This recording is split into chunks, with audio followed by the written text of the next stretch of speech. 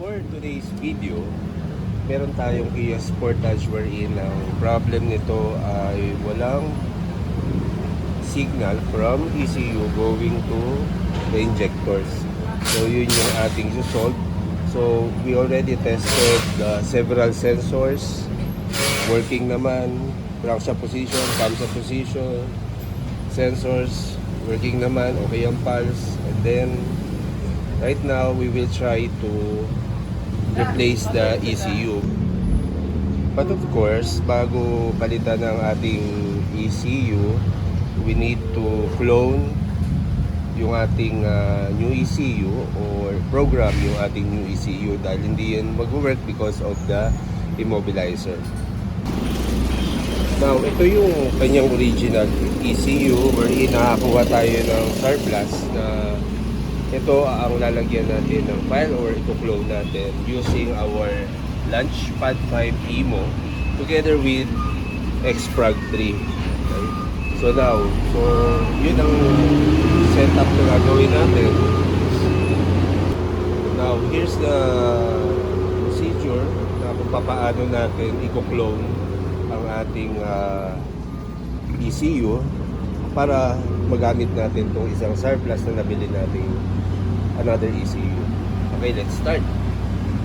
Natin click muna yung program which is the Emo. Click Emo. Okay, and then click OK.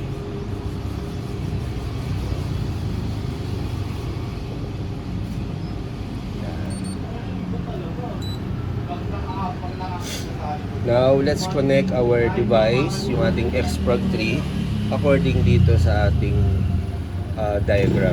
Okay? So now, we already connected na to before. Okay? So that's why, let's proceed na next.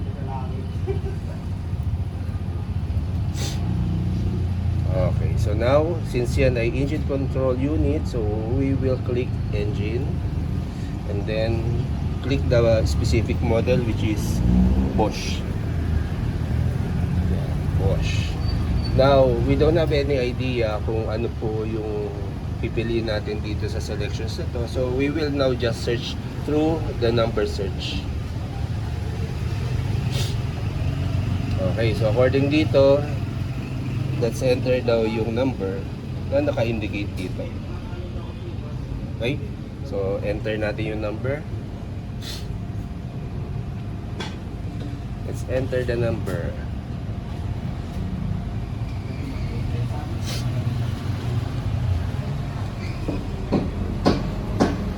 Zero, 2, 8, 1, 0, 1, 8,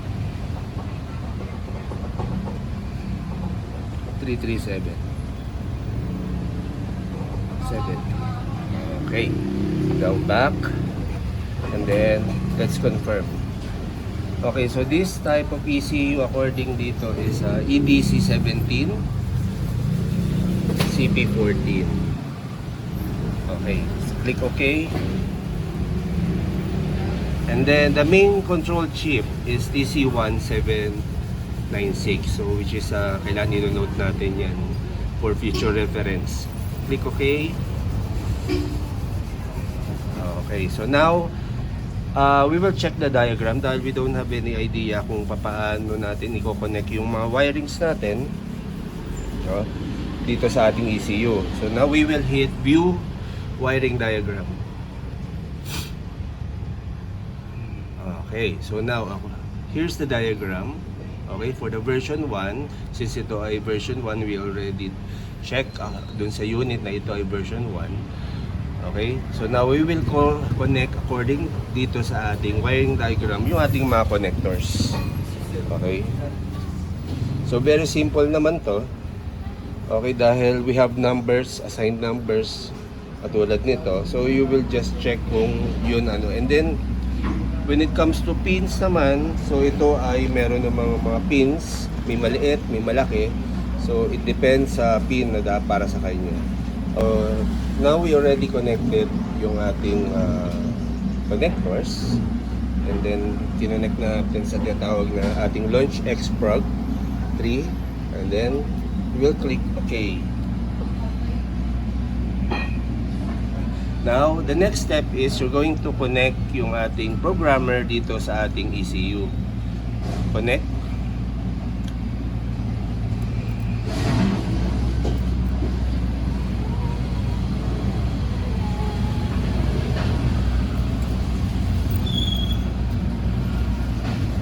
Okay, so now since it is already connected, and then we will click OK. So, the first step, okay, bago we're going to back up kung ano mang merong files ito, no. So, dalawa ang iba-backup natin, which is the EEPROM data and the flash data. Okay, so let's start sa ating EEPROM data. Backup.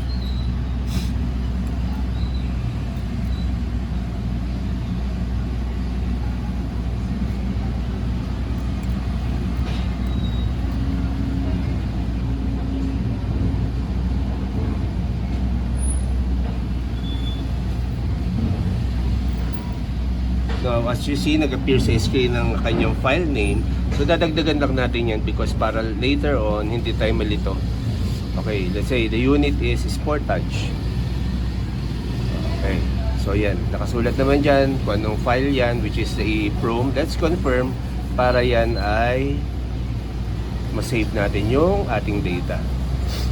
Okay, now, as you see, backup succeeded. Let's proceed sa next step, which is the backup flash data. So medyo matagal-tagal because large ang volume na usually ng flash data.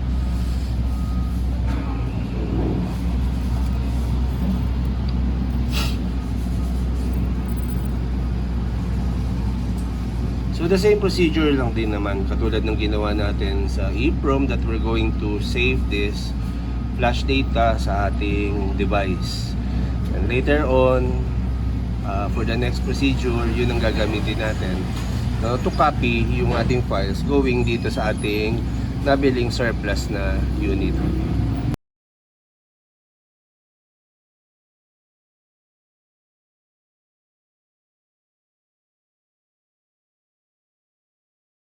Okay, so again, lagyan natin ng name para hindi tayo malito, which is Sportage. So the same procedure, confirm, then click OK. Okay, so now data backup succeeded. Click OK. And then disconnect. Okay, so disconnection succeeded, and then again we will now connect tong ating pins, connectors dito sa ating ipapalit na ECU. Okay, so now connect natin yung ating connectors dito sa ating papalit na ECU. Okay. Now, since connected na yung ating pins according sa numbers, according sa diagram natin, okay, so inassign na natin, we will now again connect to this ECU.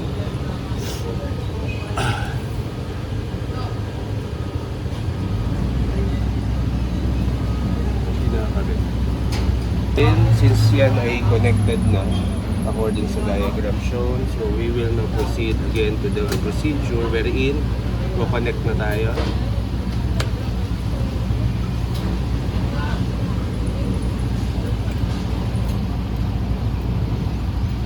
Okay, so connected na tayo. And then this time, we will now restore yung ating EEPROM data papunta dito sa ating surplus na ECU.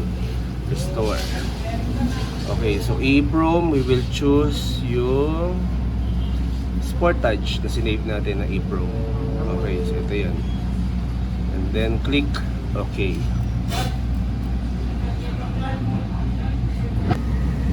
Okay.